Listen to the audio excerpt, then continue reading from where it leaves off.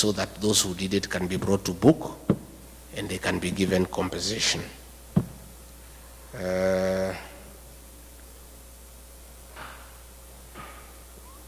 Peter Mungai, which formula will you use to select your flag bearer, considering the flag bearer must be acceptable? Hiyo sasa ndio kadi yetu. Tukitoa hiyo si tumeisha. So hiyo hatuwezi sema saa hii. But there will be a good formula, and I can tell you we'll come up with a good candidate. And we are not in a hurry.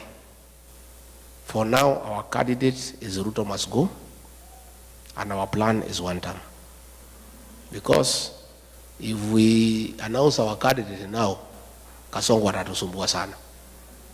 Hata mwekea vikwazo na kumsumbua na kumtatiza. So wacha tukae namna hiyo. Our candidate for today is Ruto must go, and our plan is one term. Wacha angangane na Ruto must go, na angangane na one term for now. Yeah? And that's why he keeps on saying, where is your plan? So that he can start attacking it. Yeah? Hey, mimi napingana na nani? Unapingana na Ruto must go.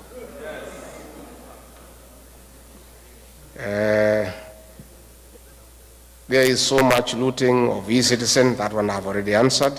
I've told you, you are asking what will happen about recovering money that has been stolen. This money will be recovered, I can tell you. You have seen a listing that happened in 2003. The High Court has ordered that those people must be tried. So I want to put on notice those who are still stealing public funds, including what is being used by Saprano to bribe people, will have to be paid. Yeah, and this money will be recovered. What are you doing to mobilize voters to register for elections, especially the youth and the people who are here to register to vote? We just continue public education, advocacy, and appealing to them, and I want you to help me. Call home, find out whether your young brothers and sisters have registered, and urge them.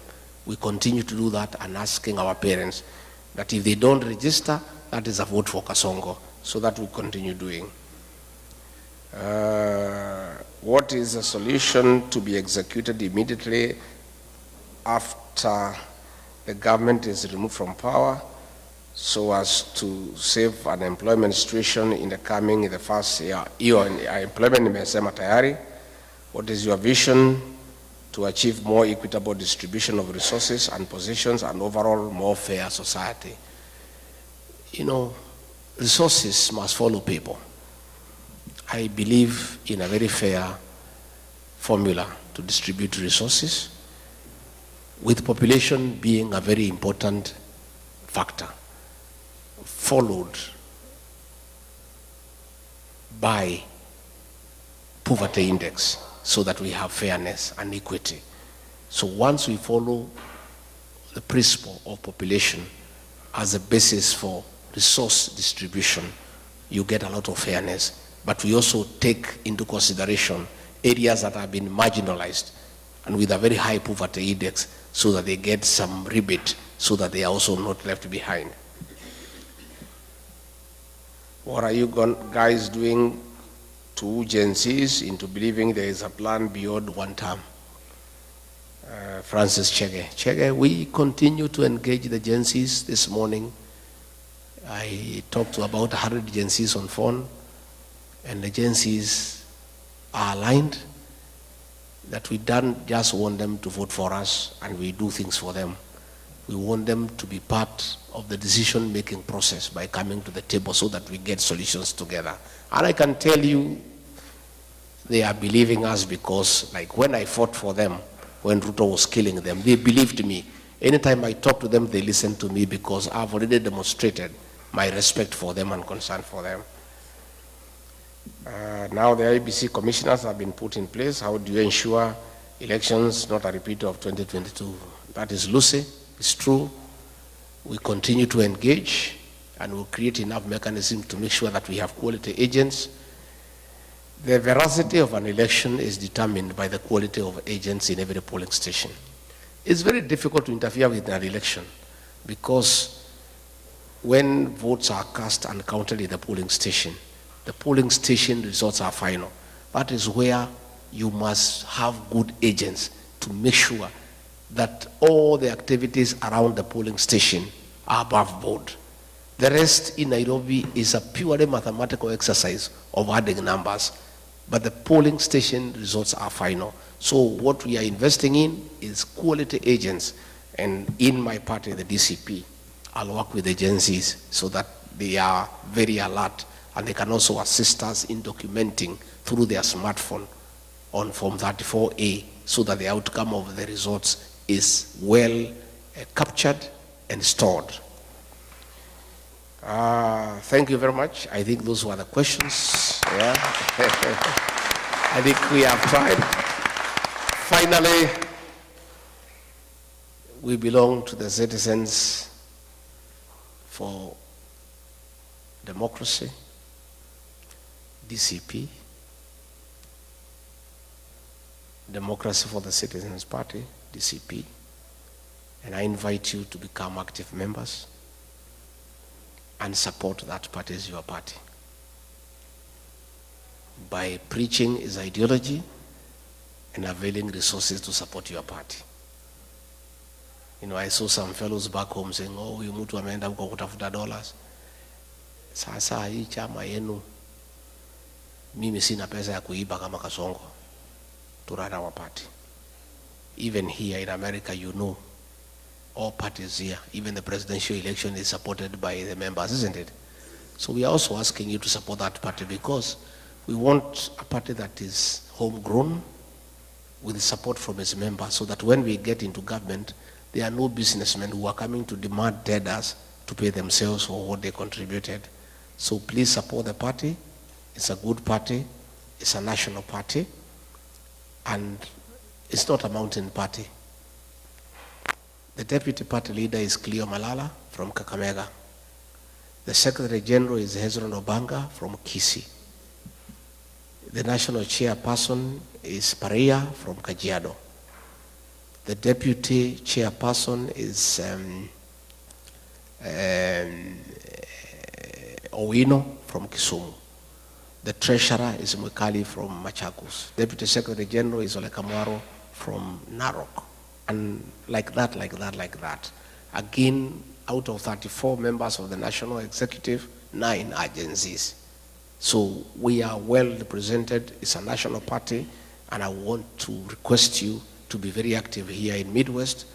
This is your party. We'll form the government together, and we are serious partners. And I want to continue with this engagement. I'll come again when I have sufficient time so that we spend more time. But I want to say I feel loved, I feel well taken care of, and I believe I have answered the issues that were concerned to you. Have I? Yeah? Can I ask Pastor Dorcas to come and say hi? I believe in very strong family values as the basis for a strong nation. And that is why I walk around with my wife, because you must lead by example. There is no way as a leader you'll say you believe in very strong family values and you don't lead by example. And many people who are uncomfortable of the support I'm getting back home from families, because families are supporting me because they are saying Ricky G has shown us he believes in strong family values. That is why they like Pastor not to be seen with me, so that I lose that advantage that I'm having from families. They are wasting their time. Yeah? So I'll continue, and I also want to ask you to have strong families as a basis of having a strong nation. Pastor Dorcas.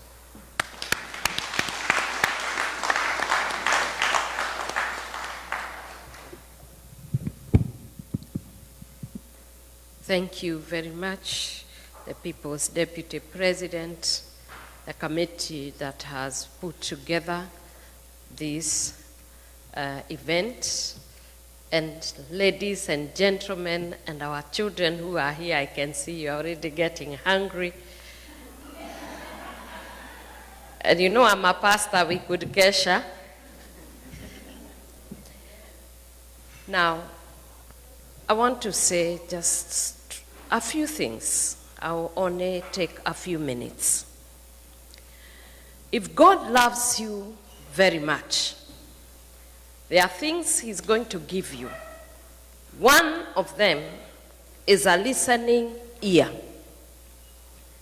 The other thing he's going to give you is a seeing eye.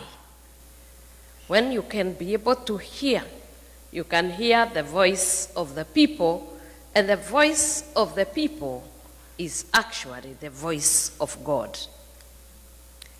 You can also see the suffering of the people, and by seeing the suffering of the people, your conscience is pricked so that you can change the conditions of the people. Now, you shall know the truth, and the truth shall make you free. You have just heard from the truthful man. And the truthful man has a wife who also supports him to speak the truth. Because the moment you speak the truth does not have two colors. It has only one color. You cannot kill the truth. You can hide the truth. But eventually, the truth will come out and you'll be vindicated. And that's why you must always stand for the truth. In Kenya right now, we thrive in many things. And one of the things I think people are revolting against is listening to lies, deception, and some of the things that are abhorring the whole world when we speak one thing and do the other. As a pastor, I know very well that the commandments form the substratum of every constitution of the world. And one of the things that we must abide by is respecting the sanctity of human life. Whether it is in the womb of a mother and when it is produced, and we can see the reality of it. Now, shooting the leg amounts to killing our children. As a mother, I say no. We cannot stand and not speak about it and speak like it is not happening. When you say shoot the leg, what do you mean? Many of you are working with the health sector. If you are shot in the leg, can you die? Yes. If you are shot in the head, can you die? Yes. Then what we are saying is simple. We need to be decent human beings with a conscience that tells us that our children are asking for what is true and what is just. All they are asking is stop corruption. They are asking for us to make it an environment that they can be able to thrive in. They have gone to school, they want jobs. And all as parents we need to do is to have a listening ear and see the suffering and the groaning of the people and do something about it. In the Proverbs 23, verse 23, it says, buy the truth and do not sell it. The other thing that you must buy and keep is wisdom and instructions and insights. And I'm sure tonight, everything that you have engaged in centers on this. Buy the truth. Do not sell it. Do not tell lies. Do not steal. Do not commit adultery. Do not murder. Do not give false witness. And once we abide by the rules, then you'll be a happy people. The other thing that God loves is a family. A nation is constituted by families coming together, and a family cannot be there without a man and a woman. That is the family I'm referring to, male and female. God created and made sure that they will be productive. So wives, respect and honor your husbands. Submit to them. Submission is not weakness. Submission is strength in itself. I'm in marriage for 36 years now, going to 37. And I can attest, and I'm a testimony that marriage works. And as it is said, marriage is actually a bed of roses, not a bed of petals. If you go to your rose garden and you are not careful to wear some gloves when you are cutting them, you are going to get hurt.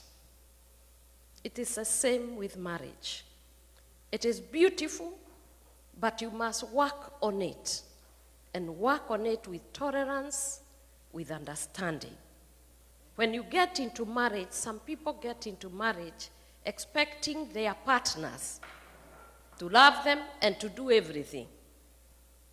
Now, if you really wanted real love, like the ones we are seeing in the reels, most of us, and I'm a victim, we check with our agencies there. When we go to the media, we browse and we see on the reels. You know this, and I'm talking to my young girls there because we are told as mothers we must talk to our daughters. That is not marriage. Where you go, you knock onto a person and they tell you that you get married, and then the guy is rich, I don't know, there is an inheritance, and you go round. It is not like this. You must come solid, expecting that you are marrying a man who is a human being, who will have an issue. And you yourself, you are also human beings. If you want to marry angels, please go to heaven.